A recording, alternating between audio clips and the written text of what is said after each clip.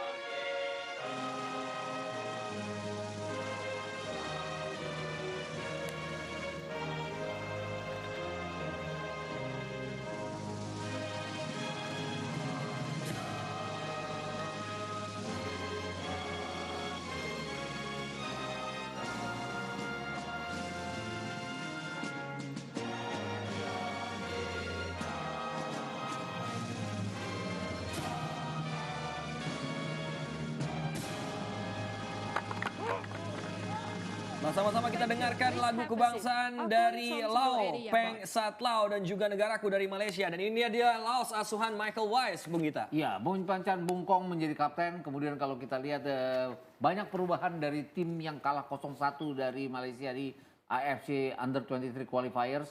Juga ada beberapa perubahan juga dari tim yang mengalahkan Mongolia ya. Iya. Dan juga menahan imbang Thailand saat itu. Jadi saya pikir juga ini kesempatan bagi mereka untuk lebih banyak pemain-pemain yang bisa dimainkan. Sementara dari Malaysia mereka menurunkan kekuatan sedikit berbeda ya dibandingkan di piala atau kualifikasi Piala Asia lalu. Betul, ada beberapa perubahan. Aiman Afizil juga dimainkan dan yang harus diwaspadai adalah striker mereka ya di lini depan yang selalu dimainkan di pertandingan-pertandingan penting Malaysia. Pemain dengan nomor punggung 9 yaitu Harith Naim Janeh. Ya, Harith Naim adalah salah satu juru gedor yang dimiliki oleh tim nasional Malaysia dan dengan menurunkan beberapa pemain berpengalaman dari tim Laos yang juga tampil di Piala AFF senior beberapa bulan yang lalu. Seberapa besar peluang Laos bisa menahan gempuran-gempuran atraktif dari Brad Melanie dan anak asuhnya? Ya, seharusnya kalau melihat head to head dari pertemuan kedua tim di Under 23 ini Malaysia selalu menang ya. 10 pertemuan, 10 kemenangan Malaysia. Tapi ini baru pertama kali mereka bertemu di AFF. Mereka bertemu di SEA Games iya, bertemu di AFC Qualifiers iya, tapi belum pernah di AFF. Dan pertemuan terakhir mereka, Malaysia hanya menang dengan 1-0 ya. Jadi kesempatan menahan imbang ini cukup besar ya. Mungkin ada 40% kemungkinan mereka bisa menahan imbang Malaysia. Karena pada saat itu mereka bukan saja margin goal yang sangat tipis sekali, tapi juga mereka mengimbangi permainan Malaysia. Ya, sekaligus kita akan saksikan pemirsa bagaimana kedua tim yang akan mencoba memaksimalkan keadaan. Michael Weiss, ini dia, pelatih asal Jerman, menghadapi Bradley Melanie, asal Australia. Dua pelatih asing dengan karakter sepak bola yang lebih Eropa ya dibandingkan betul. gaya-gaya pelatih Asia yang kita saksikan di beberapa pertandingan sebelumnya. Dan kalau kita bicara Brad Melanie sendiri, dia mengatakan bahwa mewaspadai kinerja dari Michael Weiss sendiri ya. Karena Iya. Michael Weiss dikenal sebagai pelatih yang punya kemampuan untuk mengangkat kinerja anak asuhannya. Pernah menangani Filipina, kemudian pernah menangani tim yang bermain di UEFA Champions League ya. Walaupun tidak lama, kemudian dia menangani Mongolia baru-baru ini. Dan baru tahun ini 2022 dia menangani tim nasional Laos maupun Laos Under 23. Ya, kita saksikan bagaimana kiprah dari Michael Weiss yang juga sudah malang melintang di dunia persepak bolaan. Rwanda pernah dilatih, Filipina pernah dilatih, Mongolia, dan kali ini Lau. Wasit asal Brunei, Abdul Hakim Haidi akan menjadi pemimpin pada pertandingan di sore hari ini waktu Indonesia bagian Barat. Langsung dari Fishka Stadium di kota Phnom Penh. Ini adalah stadion yang sangat memanjakan mata dengan arsitektur modern. Jarang Asia Tenggara memiliki stadion bagus seperti ini mungkin. Kecil, tapi secara struktur mereka sudah mampu untuk menggelar pertandingan-pertandingan besar di sini ya. Ya, dan kick off sudah dilakukan. Laos dengan jersey kebesaran mereka berwarna merah. Sementara Malaysia juga dengan jersey ikonik mereka kuning hitam.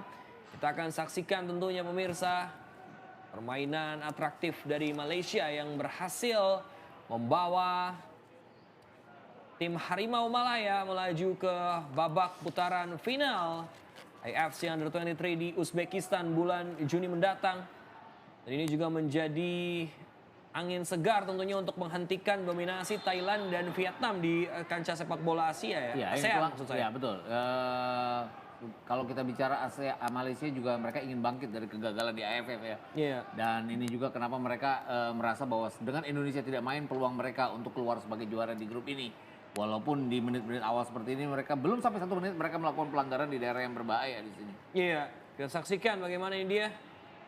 Laos langsung melakukan penetrasi. Ya memang gaya permainan khas Jerman diterapkan juga oleh coach Michael Weiss. Mana Laos perlahan tapi pasti dalam beberapa turnamen-turnamen mereka juga sudah mulai tidak sering menjadi juru kunci. Iya, betul. Dan margin goal yang makin tipis ya. Sebuah tendangan bebas yang terlalu mendatar tadi, mudah saja diantisipasi. Kembali kali ini bola diamankan oleh Sarvanan. Lalu berani tadi. Ya, kita saksikan tackling yang sedikit reckless ataupun nekat dilakukan, wilayahnya masih jauh dari Iya, betul. Saya pikir perebutan bola skirmish di sini yang berbahaya karena situasinya tidak mengharuskan sebenarnya ada pelanggaran seperti ini ya. Dan tidak berbahaya bagi daerah pertahanan Laos juga.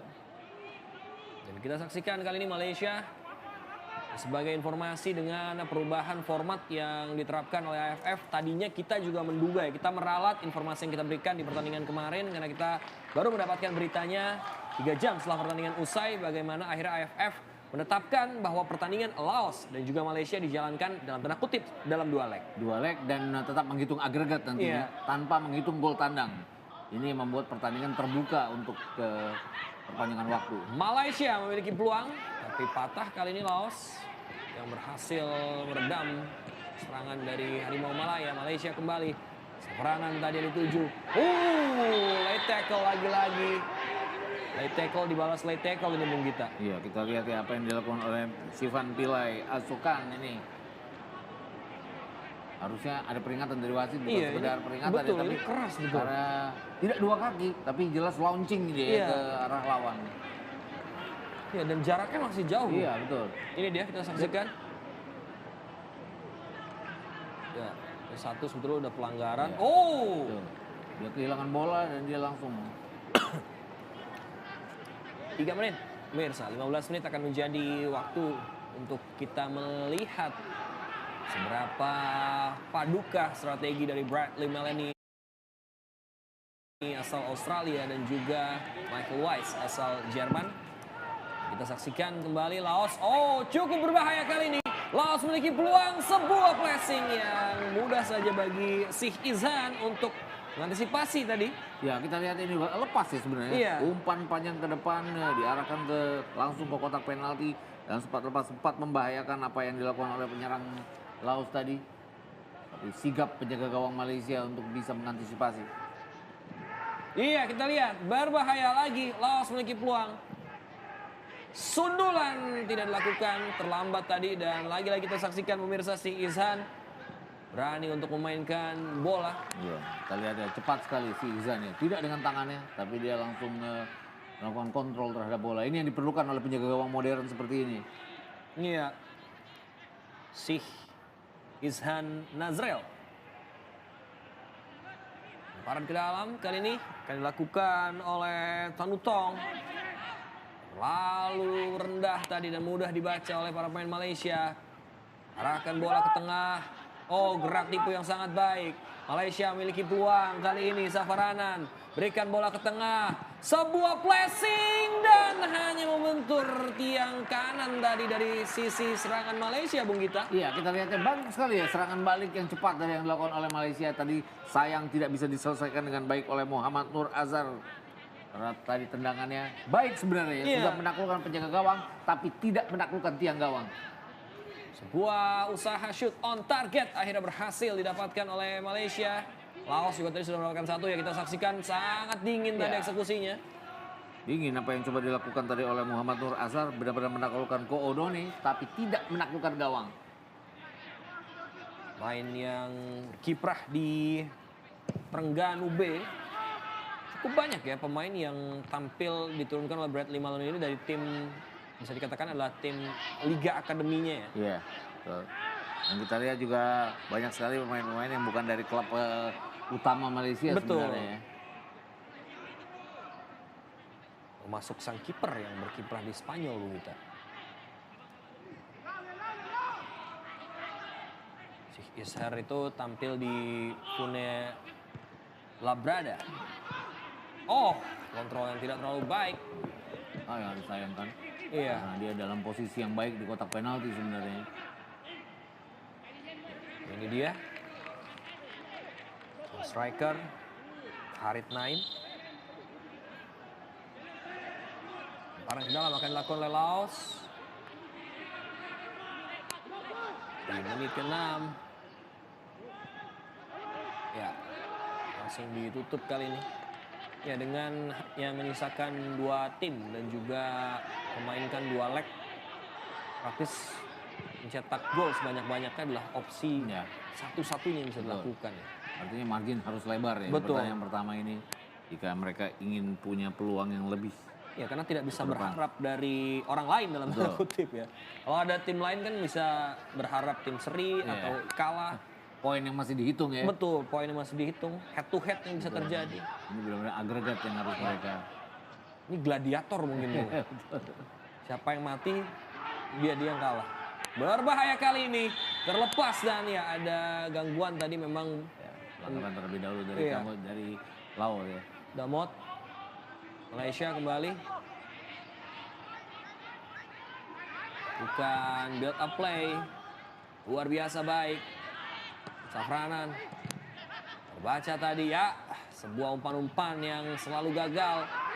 Lepas dari kegagalan umpan Malaysia, intercept yang dilakukan Laos ini juga cukup cepat Bung Gita. Iya. Targetnya adalah pemain nomor punggung 23 ya. Kalau kita lihat berdiri sendiri di depan Visit Bonpasset itu lalu ditinggal sendiri di depan di mana yang lainnya bertahan ke belakang. Ya, masih 0-0. Dua tim belum lakukan serangan lagi setelah tadi. Oh, baik sekali pergerakan Malaysia kali ini. Lakukan umpan terobosan yang terbaca. Dan uniknya target man mereka yaitu Harit Naim juga tampil tidak terpaku di tengah. Iya ya. betul, agak melebar ya. Iya. Bahkan pemain nomor punggung 13 yang tadi punya peluang di tengah ya. Ya, ini dia, berbahaya. Kurang jelas tadi umpan yang Oh! Ada sedikit antisipasi yang ragu-ragu dan finishing yang buruk tadi.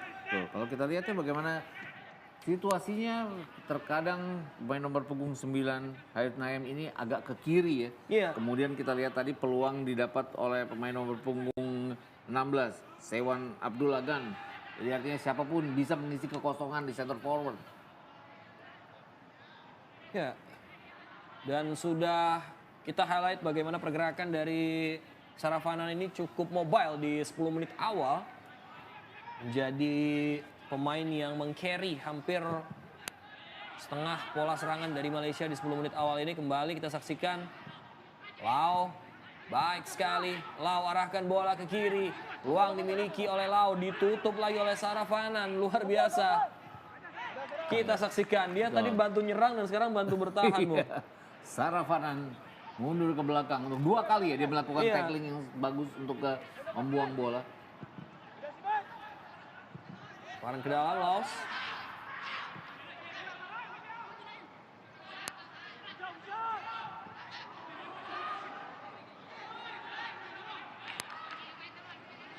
Kali Malaysia melakukan build up play.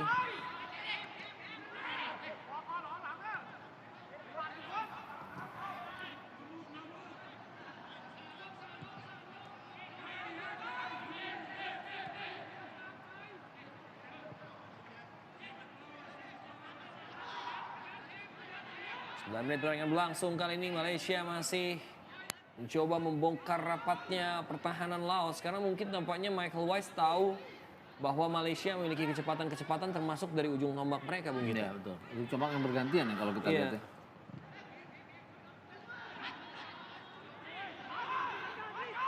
Ya, kita saksikan kembali pemirsa, Laos mencoba lakukan penetrasi kali ini ya digagalkan sebuah usaha penetrasi yang cukup baik tadi dari Bon Pachan. Ya, kali-kali kalau kita lihat bukan saja nomor 15, nomor 16 juga berfungsi seperti apa ya? 2 central midfielder yang kadang-kadang berfungsi sebagai defensive midfielder. Kita lihat tadi sebelumnya nomor punggung 15 Saravanan yang melakukan clearance. Tadi kita baru saja melihat bagaimana Sevan Arbulakman yang juga melakukan clearance di tempat yang sama. Otavano sudah lakukan loss. Sundulan yang tidak terarah tadi. Berdiri bebas padahal ya. Iya. Harus bisa membelokkan arah tapi tidak dilakukan oleh Damot ini tadi. Ya, pemain gelandang yang naik ke tengah tadi Damot. Malaysia kembali lakukan build up play. Arahkan ke Sik Ishan. Coba bangun serangan kali ini ya. Mudah saja bagi Malaysia. Oh, ada komunikasi yang salah tadi. Shootnya mengarahkan ke Ahmad Tasnim. Ya, serangan Laos masih terpaku ke sang kapten Bon Pachan memang. Sejauh ini menjadi pencetak gol terbanyak bagi Laos Under 23. Kembali, ya 2-3 pemain langsung melakukan intercept. Berikan bola ke tengah. Cukup baik kali ini. Tidak ada backup tadi. Ya, terlalu tinggi Laos menaikkan lini pertahanannya, Bung. Iya. Nah, ini bahaya. Belum ada kecepatan sebenarnya dari Malaysia ya memanfaatkan satu kali mereka sudah melakukannya, memanfaatkan tingginya pertahanan dari Laos. Nyaris tadi menjadi gol yang terkena tiang. Ini yang harus dimanfaatkan oleh Malaysia sebenarnya. Umpan terobosan untuk langsung ya. Karena akan sangat sulit bagi Laos untuk melakukan jebakan offside dengan pertahanan yang tinggi seperti ini. Umpan yang berhasil mengarah ke Malaysia, akan dilemparan ke dalam. Lemparan ke dalam dilakukan oleh Ahmad Tasnim. Lagi keluar. Bola dimiliki oleh Laos. Ya, masih 0-0 di 12 menit awal. Memang average goal di AFF tahun ini rata-rata tercipta setelah lewat dari menit ke-13. Iya, betul. Belum ada tim yang berhasil mencetak gol di bawah 10 menit. Kecuali kamu jadi pertandingan pertama ya. Iya. Melawan Brunei. Kemarin saja Timor Leste kemasukan justru setelah menit ke-20. Betul. Berhadapan dengan Brunei. Balik kali ini Malaysia yang akan memiliki peluang untuk bisa lolos dari grup B jika berhasil mengalahkan Laos. Ini menarik stadion ini benar-benar meniru Eropa ya. Stadion kecil Iya. tapi setiap